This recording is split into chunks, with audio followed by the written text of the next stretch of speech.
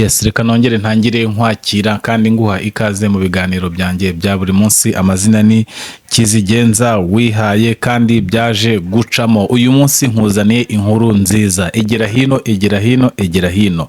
Nagiye mbyakwa n'abantu benshi bagiye batandukanye, nagiye mbibwirwa n'abantu baranyandikira bagenda bambwira ko noneho uyu munsi bwo ushobora kuba nawe ubwawe ubaye umunyamugisha mu buryo bumwe cyangwa se ubundi utaruzi. Ni byinshi nagiye mbasobanurira, ni byinshi nagiye mbahamo mbega nakwita ngo ni nk'ubukangurambaga mutari muzi, ariko aho mwabimenyeye message zanyu narazibonye. Ariko noneho uyu munsi se wari ubizi ko ngiye kukwerekana n'ikindi kimenyetso kidasanzwe utaruzi kandi uranagifite mu kiganza uranabigendana. Uyu munsi ngiye kukwereka noneho amahirwe, ibintu mbega wowe muri wowe utaruzi ko ugiye kugeraho, cyangwa se ibyo wari usanzwe warachivinze utabizi, n'uburyo ki hari ukuntu ibintu byawe bigiye kwaguka mu buryo budasanzwe. Ikintu gusa bigusaba cekinga icyo kiganza gutyo. Niba iyo sinyu uyifite ucunge neza.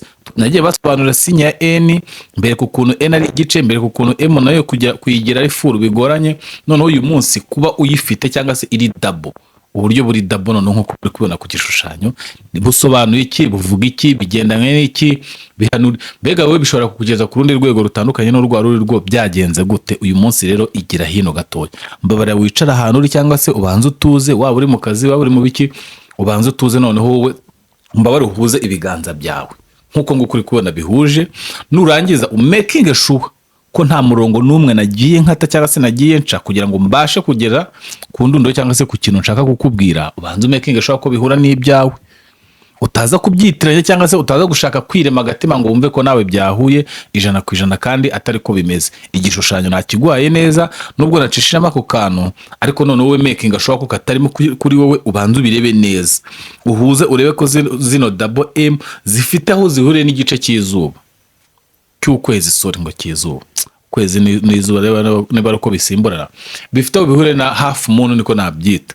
Half moon nari isobanuye. Abantu benshi mwakurikiye ibiganiro murabizi, mwagiye mubona message. Niba nkurikiye ari ubwa mbere cyangwa se utarigezeho n'iki kiganiro, uze gucekinga kuri YouTube channel yanjye uraza kugisangaho. Nagiye mbasobanura half moon kandi nanabateguza nanabashishikariza ko vuba hangangiye kubakorera noneho munuza full moon yuzuye, ariko noneho yuzuranye n'iyi minsi turimo. Ubu ngubu turi hafi kuzuza ukwezi kuzuye. Ndi hafi kubakorera ikiganiro kibihuza, ukahita unaprovinga ninjoro ugahagaranza ukahita ubibona neza ko bihura. Noneho ibyo nzakubwira nibyo bizahita biba. Ariko reka tubone tugaruke kuri zino double M. Ukuri kubibona M gutya ugatambika ukambukiranya ukongerwa kuri ndi M.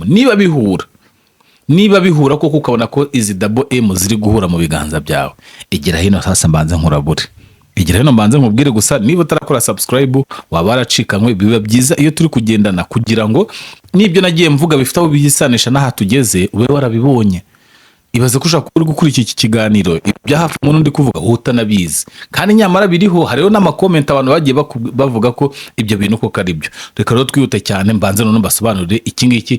Ese niba ko kwamaze gucekinga washyize ibintu byose hasukara mu kiganza wahuje ukabona bihura, noneho bimininga iki aka kanya sasa. Ni iki kintu cya mbere cyangwa se niki kintu noneho usabwa kwa ko uri umunyamahirwe cyangwa se ugize amahirwe yo ibyo bintu byose bihura. Narabigiye mbasobanura bafite full M icyo bisobanura, babwira half moon icyo bisobanura. Noneho ufite double M zihurira na half moon mu kiganza in the same time. Noneho banza wombere ibintu usabwa, noneho wumva urwego rw'ibintu usabwa, wumva urwego rwaho uhagaze, wumve buri kimwe cyose, noneho uhita ubasha kugenda ubihuza neza. Turi muri ya minsi yindi nababwiye y'iki y'igisibo.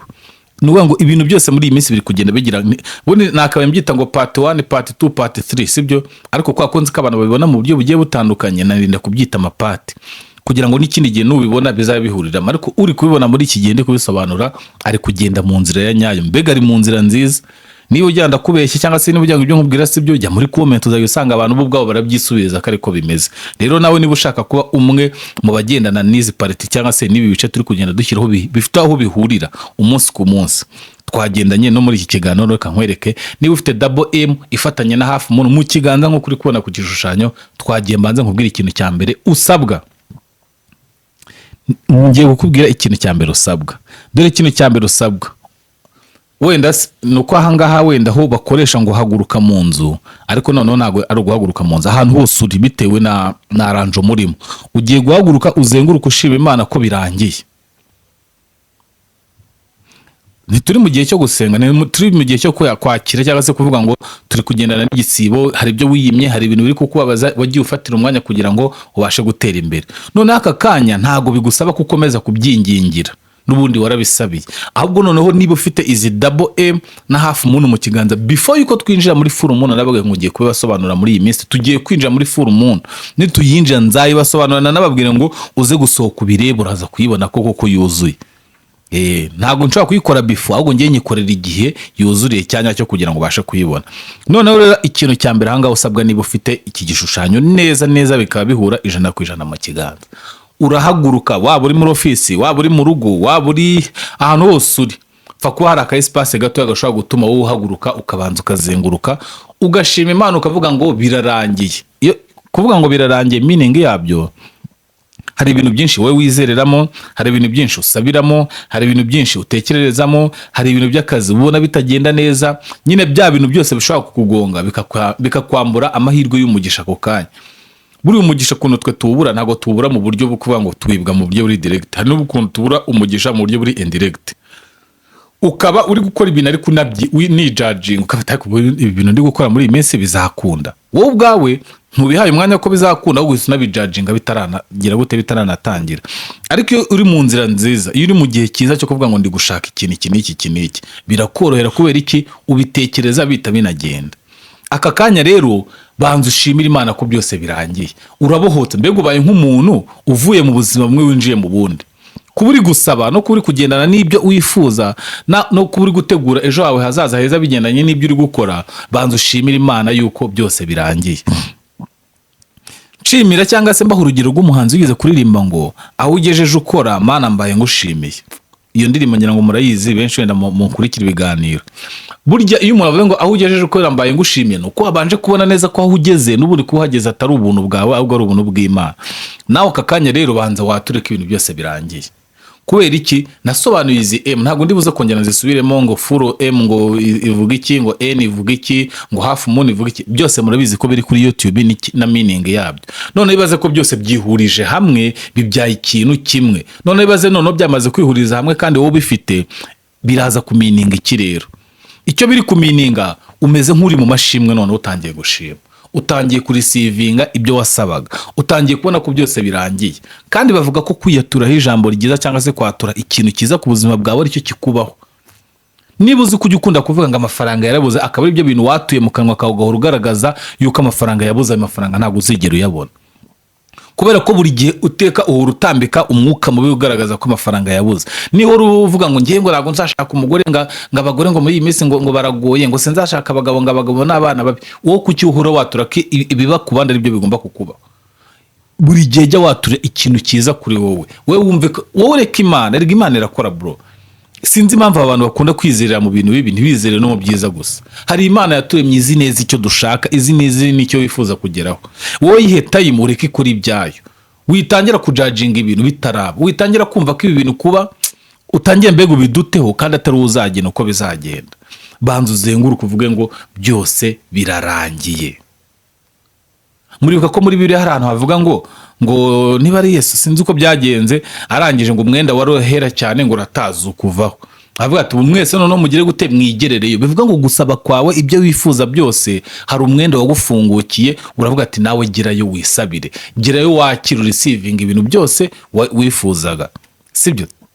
Aka kanya rero inzira uri gucamo, ibibazo uri gucamo, wowe nkurikiye, sinzi ngo uri muri situation niba uri mu nziza muri mbi, banza ubwire ngo, cyangwa wakiriza umutima ubwire ngo byose birarangiye. Kuko uyu mutima amaze kurisivinga ukuri, ukamara kurisivinga hope, ukamara kurisivinga ko hari ikintu cyiza ugiye kwakira kidasanzwe, n'ubundi uracyakira kuko wamaze kugira ute kuyiyemeza.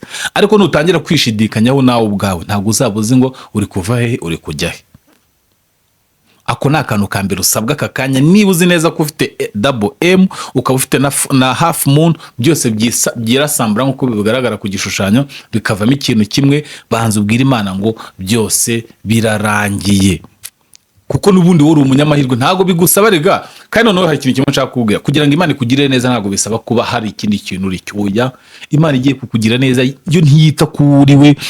Igihe kiragera gusiga kanda buti kavuga ati igihe cyawe kirageze, ngaho nawe genda. ibaze ko rero n'aka kanya wowe uri mu nzira nziza yo kuvuga ngo igihe kirageze ngaho nawe tambuka ibyo wifuzaga, ibyo wabonaga bigirirwa abandi we bitajya bikukirirwaho, iki nicyo gihe cyawe noneho byose bigize gute, birarangiye, uratambutse, uragiye. Twagiye ku kintu cya kabiri aka kanya usabwa, kandi ibi bintu mujye mubifata oseriye kuko niko biri. Ntimukajye mubona abandi bantu batera imbere umunsi ku munsi mwibaze ngo babigenza gute. Ntako babarusha kwizera, abarusha ko ashobora kubyuka mu gitondo agashora miliyoni 5 ashakisha 3 kandi akazibona, mu gihe wowe ugifite 5 ukaba winangira kugira ute kuba wazikoresha kuko uvuga ngo ngo bose nenze shora zikahita zihomba, ukazicarana ugatangira kuzirya wanze kuzishoreje ugashiduka nta natanu usigaranye. Abahanga bo gutera imbere barashora, abahanga bo gutera imbere bafata risk. Nawe aka kanya risk wafashe warasenze ushyira imbere ibyifuzo bya Imana, igihe rero kirageze cyo kuvuga ngo byose birarangiye, ubu none ndambutse, urabuhotse, uragiye. Twagiye ku kintu cya kabiri aka kanya usabwa, iri umuntu wizeye kandi wisanzuyeho. Bibwira umuntu wizeye kandi wisanzuyeho ko wisobanukiwe. Buriya muri iyi si cyangwa se muri ahantu tuba muri iki gihe cy'igisibo, nge narababwiye ngo iki gihe cy'igisibo turi kumwe, ntago muzancika kuko ngenda banza nkacukumbura buri kantu kose, nzi neza kusabwa kugira ngo igisibo cyawe kigende neza. Kuvuga ngo bibwira umuntu wizeye kandi nyine bwira umuntu wizeye ko we wisobanukiwe. Uzi ikintu bishatse kuvuga? Twese muri iyi si abantu benshi ntago twisobanukiwe, ntago twisobanukiwe pe. Nawe ugahari igihe wicara ukijudging ukavuga ngo nibuse ninjye wabuyu, ukumva hari nk'umuntu ujya ubona ukumva we ntiwabasha kuba nkawe. Hari nk'ibintu ujya ukora ukumva we ntago wabigeraho ngo kuko kanaka we ngafite ukundi kuntu ngo buranga bikora ngakabigeraho nge ntazi. Ntako nta kintu na kimwe n'iki na kimwe ushobora gukora ntikigende nk'uko nakana kagikora. Ahubwo we kwisobanukirwa ukamenya ko ari cyo gihe cyawe cyageze cyo gusobanukirwa icyo kintu, nicyo cyambere kikugonga. Ariko we banza ubwira umuntu wizeye neza apana kuvuga ngo wizeye gusa. Hari ukuba wizeye umuntu, hari no kuba utamwizeye neza. Niba hari umuntu umva wizeye neza, mwegere umubwire ngo namaze kwisobanukirwa, kuko bara ngo n'ikintu gishobora gukanga umwanzi wawe kwanga nyine baranda. Ikintu cya mbere kimukanga nuko buryo uhora watura umubwira ngo ibyanjye byarakemutse, Imana narisobanukiye, byararangiye. Iyo ahora byumva biri mu kanwa kawe abura ukuntu agutega. Hari n'igihe yibaza ko cyangwa se ibyo kwifuriza bibi wamaze kubiringa, akavuga ati usuye umuntu mwana ahora ameze neza, ngiye shyiramo uturungo tubi two kumwica, ariko wagahora ameze neza. Sinzi niba ukumva ako kantu ukuntu ushaka kuvuga. Ariko iyo uhora watura ngo byaranze nawe ahora ashyiramo imbaraga ati n'ubundi sinshaka kamera neza. Reba umuntu rero wizeye neza umusobanukire ko wisobanukiwe, biraba byagiye. Kubera iki? Iyi ni sinye ya mbere kugaragariza ko wisobanukiwe. Nazisobanuye ari ibice ukwazo, none uyu munsi ziri kombine, ziri hamwe. Twagiye ku kindi kintu cya gatatu kizewe cyangwa se bisaba ko ugomba kuba wabwiye, mbega ugomba kubanza kwiyakirira wowe muri wowe niba ufite izi sinye. Ntuzongere guterwa ubwoba n'ibyo ubona. Twese ahangaha hano hanze turi abanyantege nkeya, duterwa n'ibyo tubona. Reka mbaho urugero rwa hafi. Ninde muri mwe udatinya inzara? Ninde muri mwe udatinya ubukene? Uko biri kose standard y'ahantu sibyo, ubu bumva utasubira inyuma. Niba mu kazi kawe biri kugenda neza, niba uri umushahara uzana neza, niba uri kubaka, niba mbega umuryango w'abana bawe biga ahantu heza, bumva ushaka ko bikomeza imbere ahubwo yabisubira inyuma. Ibaze ko uri umunyantege nkeya uhora uterwa ubwoba n'ibyo ubona. Ibaze ko uhora muri wowe wumva ngo birashoboka ko nakongera ngakena. Kuki watura ko ushobora kongera ugakena? Imana yagukuye muri bwa bukene ikakuzamurika kugeza aka kanya huri. Ntabwo ari ngombwa kongera kwibutsa ko ishobora kongera kugusubiza. Hoya, ahubwo ushobora kubigiramo uruhare ukisubiza inyuma. Niba ari ushaka kudasubira inyuma, banza wakiriza umutima wabwire ngo byararangiye, sinzongera guterwa ubwoba n'ibyo mbona. Ibyo ubona ntibikagutera ubwoba. None wowe wibaze ko iyi si turimo wayivukiyemo ku kwezi kwa mbere, wuzuza imyaka 10 ugejeje ku myaka runaka y'ubukure, nawe uri kudukurikira. Ibintu bitagutereye ubwoba muri iriya myaka watambutse bije kugutera ubwoba aka kanya. Ugiye gutangira gutekereza ko ugiye gukena, kandi Imana yaramaze kukwambutsa kugejeje mu masezerano wowe y'ibyo wifuza. None wowe niba udukurikira ukiri kurwana no kuva aho uri habi kugira ngo ujye heza, nibyo witerwa ubwoba n'ibyo ubona, kuko uko ushaka gutera imbere hari uzaza akakubwira ko uri kwipasa muremure. Ibyo se birakureba?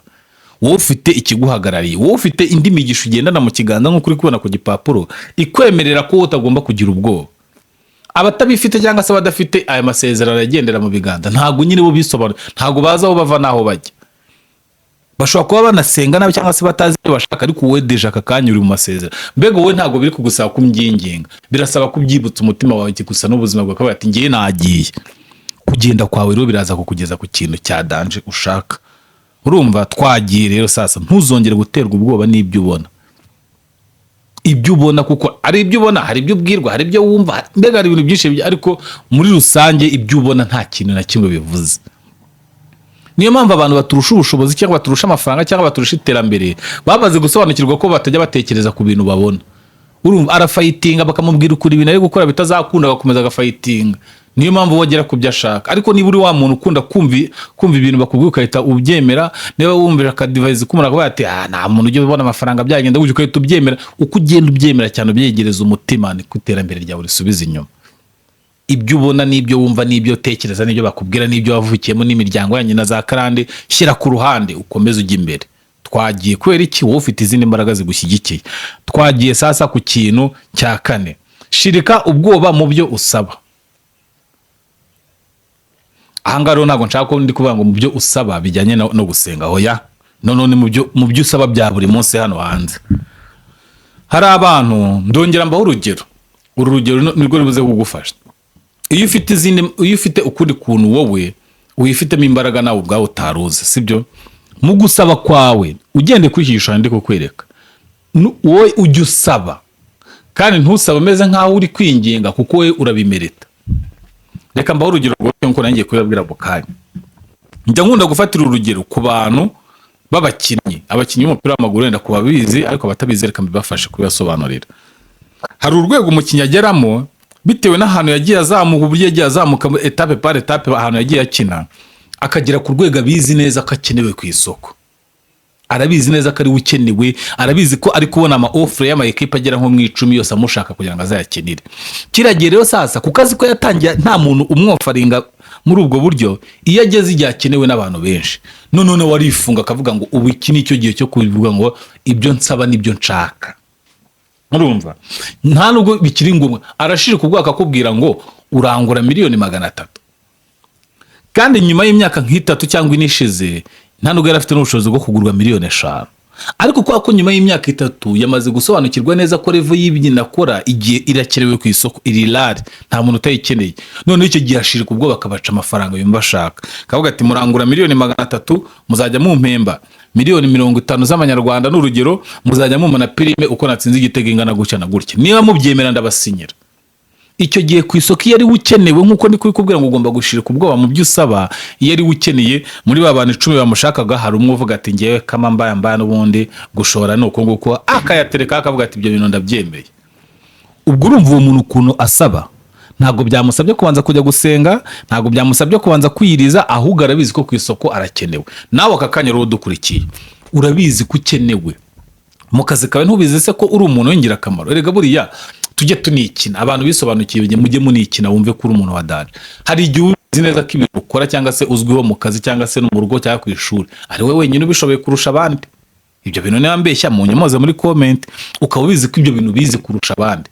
Icyo gihe iyo bizi kurusha abandi ntabwo binginga. Babandi bari nubundi batari buzaguha agaciro kuko ibyo bintu utabizi, wibagirira impuhwe ku gihe bo bamaze gusobanukirwa ko bagukeneye, kuko nubundi nawe batagukeneye nta kintu bakumarisha. None igakugira gute kubereka ko byose bishoboka, ubabwire ngo ibyo mbasaba ni ibingibi, niba mutabifite ni mu byihorere ngende. Bazabigwa kuko barabizi ko bagukeneye.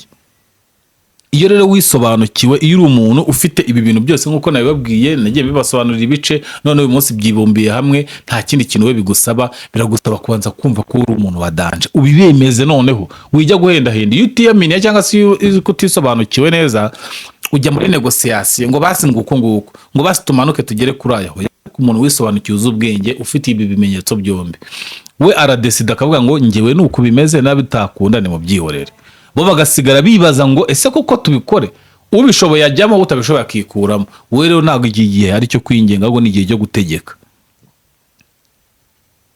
Mbere ko tugera ku kantu ka nyuma, sinzi niba ibintu byose nasobanuye hano mwagiye mu byumva. Niyo mpamvu niyeranje nka summarizinga, simvuga amagambo menshi kugira ngo bize koroha, ariko niba aka kanya ubizi neza ko uri gusabwa cyangwa se hari ibintu usabwa, shirika ubwoba mu byo usaba. We ntugire ubwoba, we bisabe kuko birakunda. wijya kuvugana n'umuntu ngakubwire ngo none nzanya nguhemba ngahe ngo utangire ubyibaza ngo se ngo nemvuga ngo 300 ngo nahita avuga ko ari menshi.